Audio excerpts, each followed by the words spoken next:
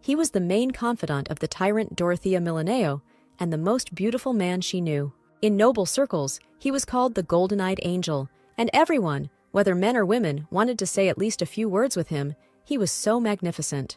The devoted servant, ready to act only for Dorothea's sake, gave her everything she loved.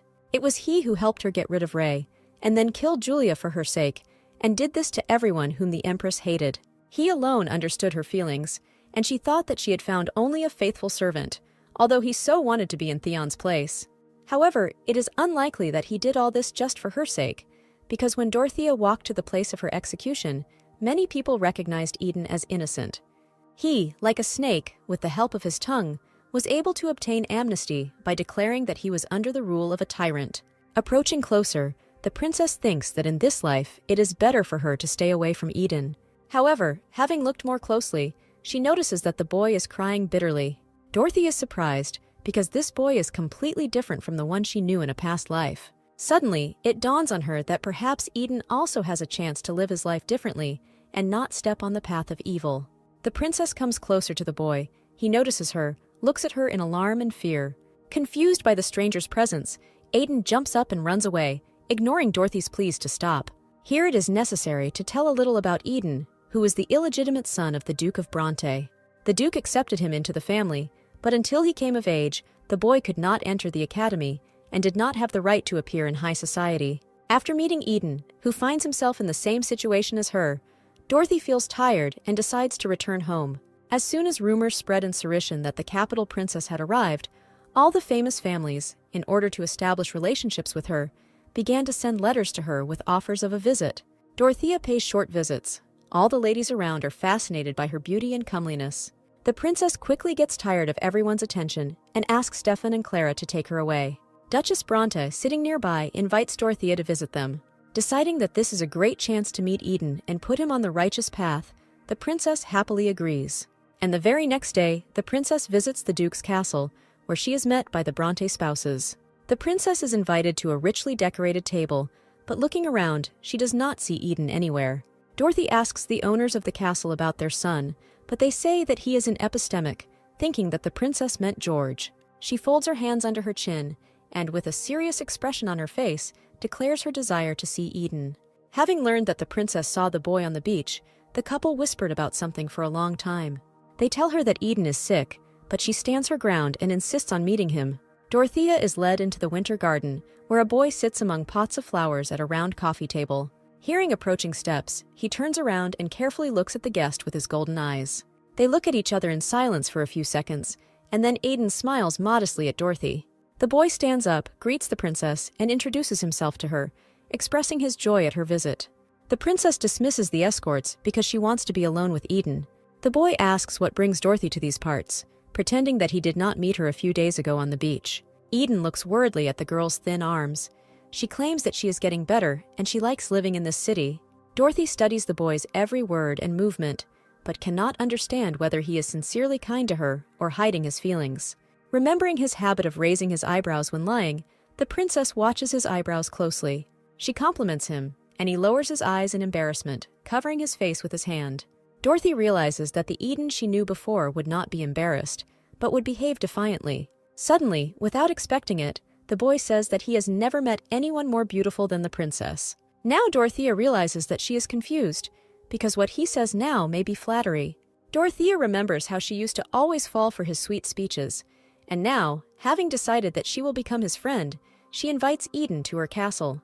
Delighted at the invitation, the boy joyfully jumps up from his chair, and instantly finding himself next to the princess, kisses her on the cheek. Dorothea was pleased to note that she would be able to add Eden's gratitude today to her list. However, in the evening, sitting at her notebook and remembering Eden's smiling face, she again doubts his sincerity. Meanwhile, at the castle, Clara informs Stefan that the princess's birthday is soon approaching. The girl is inspired. She wants to organize a wonderful holiday for Dorothea. Since Dorothea does not like dresses or jewelry, the maid shares her idea for a gift for the girl with the night. Clara is excited about the upcoming holiday and asks Stefan to help her with the organization. And then the long-awaited day for Clara comes. She enters the princess's room, exploding a festive firecracker. The maid tried very hard to set a rich table with a variety of treats. Dorothy is grateful to Clara, who invites the girl to take a walk, because the weather is such wonderful outside. The princess agrees, and they go to the coast to breathe in the sea air. Suddenly, on the shore, they notice a shell, which Clara urgently asks the birthday girl to pick up. Dorothy decides that perhaps the maid hid a gift under the shell, because her words sound quite forced. However, after going through a whole mountain of shells, the princess still finds nothing underneath. Turning around, Dorothy notices that Clara is not nearby, and, seeing a silhouette in the distance, she thinks that the maid has gone somewhere. However, taking a closer look, the girl realizes that a lion is walking towards her at a fast pace. The princess realizes that Stefan is standing in front of her in a lion costume, but does not show it so as not to spoil the surprise. Dorothea remembers how she recently read a difficult book, wrapped in a cover from fairy tales about the lion hero Leo, and apparently Clara decided that this was the princess's favorite hero. Remembering her promise to be kind, Dorothy decides to play along with the servants and gives the lion shells picked up on the shore. Making a fake face, she asks the lion if his arrival is connected with her birthday. The princess experiences a previously unfamiliar feeling of care and thanks the lion from the bottom of her heart. Another moment, and the princess finds herself in the arms of a fairy tale hero who tenderly hugs the girl to himself. Dorothy can't believe that she is now being held in the arms of a knight whom she laughed at in the past because he chose a bloody death in the name of the prince. She sees similarities in their destinies because Stefan also has to make his own way, since he was not part of noble circles. Thinking about all this, Dorothea realizes that Stefan has always been a good and brave man. It starts to rain, and a knight in a lion costume runs and carries the girl back to the castle so that she doesn't catch a cold. The princess says goodbye to the lion hero, without revealing that she recognized Stefan in him. Having changed into dry clothes and drying her wet hair, Dorothea examines the letter received from the capital. Having learned that this letter is from Raymond, the girl throws it on the table, into a stack of the same unread letters received earlier. Stefan returns to the castle. He and Clara are whispering about something, pleased that, as it seems to them, they managed to deceive the princess. Continuing to play along with them, Dorothea wonders where Stefan has been all this time. The knight already had a prepared answer that he was in training, but the princess is not going to give up and asks why he did not prepare a gift for her. She wants him to teach her fencing as a gift, so that if the kidnapping incident happens again, she will be able to repel the attackers. Dorothy had not done this before, worried that if she became stronger, she would want more. But now she realized that good people can be strong. Squeezing the princess's small hands in his large hands, Stefan agrees to teach her how to fight with swords.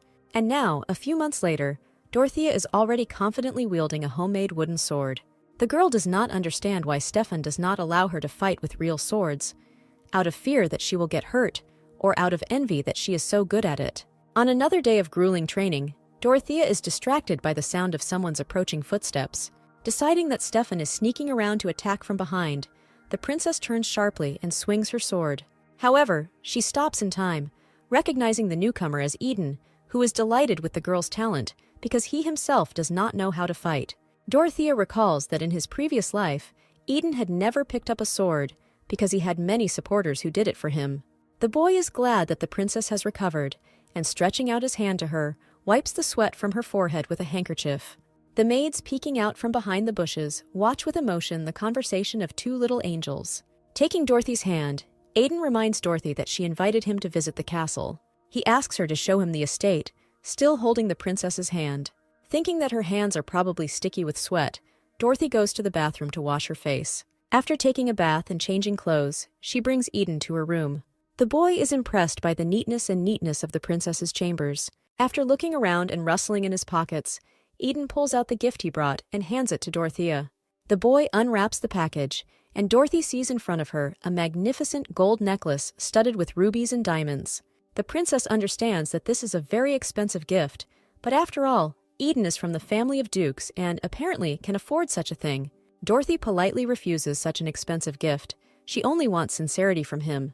Eden is upset by the refusal of the princess, who explained that it is better to give something like this to dear and close people.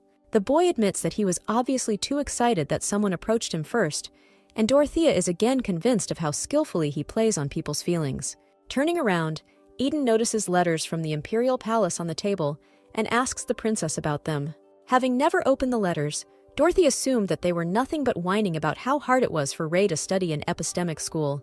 Having driven away the thought of Ray, the princess invites Eden to leave the room, but suddenly he freezes near the chest of drawers. Dorothea turns around and sees the boy standing right in front of Theon's handkerchief, which he left for her when they met at the coronation. She runs headlong to the chest of drawers, grabs the handkerchief, and hides it in the drawer, hoping that Eden did not have time to see the initials embroidered on it. But obviously, the boy managed to see the handkerchief, since he promises Dorothy that next time he will give her just such a gift. Approaching the door to leave the room, Eden once again silently glances at the chest of drawers. The next morning, sitting at breakfast, Dorothy feels some kind of tension that reigns in the castle. Clara advises her to return to the imperial palace, as a terrible contagious disease is spreading in the city. Many die from this disease because the medicines to treat it are too expensive for ordinary people. Dorothy thinks about it, because she doesn't want to leave this beautiful place where she feels so calm. The princess realizes that this is a great chance to expand her list, and decides to help people with doctors and medicines. With so much money, Dorothea can finally do something good for others. And now, a couple of weeks later, Clara joyfully informs the princess that thanks to her, the village, which was languishing from infection, has regained vitality. With tears of joy, the maid admires Dorothy's kindness, and Eden, who appears as if out of nowhere, stands nearby. The princess does not know whether spending money, of which she has a lot, can be considered kindness, but in gratitude, she receives gifts from the residents, which they leave near the palace. Eden convinces Dorothy that people return kindness for kindness, and will always remember her as a kind princess. Until now, she has never been able to feel that she has done anything good, but now she happily feels the gratitude of others. Dorothea invites Eden to stay for dinner, asks Clara to cook the donated potatoes and plant the sprouted tubers in the garden. 3 years later, Dorothea is still intensely engaged in fencing with Stefan and achieves great success in this. Of course, these successes are still not enough to overcome Stefan. Apparently, in a past life she succeeded in this, since she was older. Noticing that his shoulder is open to a blow, Dorothy rushes at the knight and raises her sword over him. However, Stefan blocks her blow and keeps the makeshift sword from striking. Dorothea is furious, because if it were a real sword, he would not be able to grab the blade with his bare hands. Meanwhile, in epistemic Raymond is sad, having written another letter to his sister, because in 3 years she has never answered him. Theon approaches, patting Ray on the shoulder in a friendly manner, reassures him, assuring him that Dorothy reads his letters. The boy invites his friend to go visit the princess, because the holidays will soon begin in Epistemia. Raymond is delighted with Theon's idea. He jumps for joy at the thought of meeting his sister soon.